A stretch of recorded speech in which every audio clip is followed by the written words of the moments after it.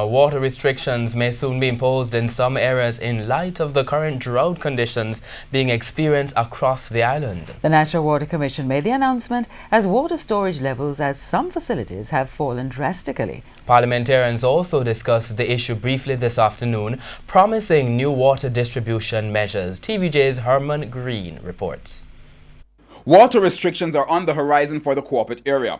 This as the National Water Commission, NWC, says water levels at the Hermitage Dam in St. Andrew has fallen below 50% of its capacity. And it has been falling by anywhere from a half a percentage point to a 1 percentage point each day, and may force us to implement more stringent measures to try and manage the rate of decline from that facility if there is no change. Several parishes have also been experiencing lower than average rainfall, leading to worries about drought conditions in coming months. According to Member of Parliament for Portland Western Daryl Vaz, the forecast from the Met Office is for continued low rainfall for the rest of the summer. Against that background, Mr. Speaker,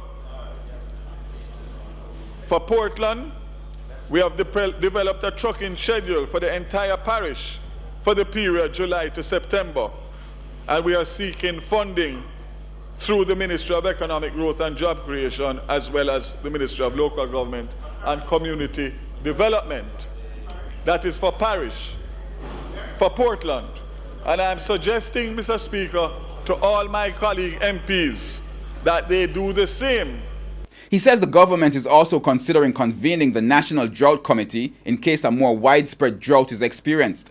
However, opposition MP Noel Arscott believes the announced measures are not proactive at all. He said, with Jamaica being vulnerable to climate change and drought conditions, plans to counter deforestation should have been implemented long ago. Also, Minister, the issue of storage. We have been talking about our two storage facility out the Mona Dam and the other one. We need to look as a country at other storage facilities. Local government minister Desmond McKenzie says $35 million is to be made available through municipal corporations to areas that have been severely affected. He says an assessment is currently being carried out.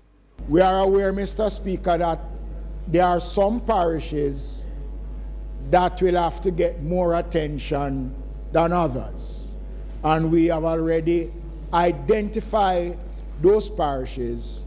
So I'd like to advise this Honourable House that by Monday, I will make the necessary announcements.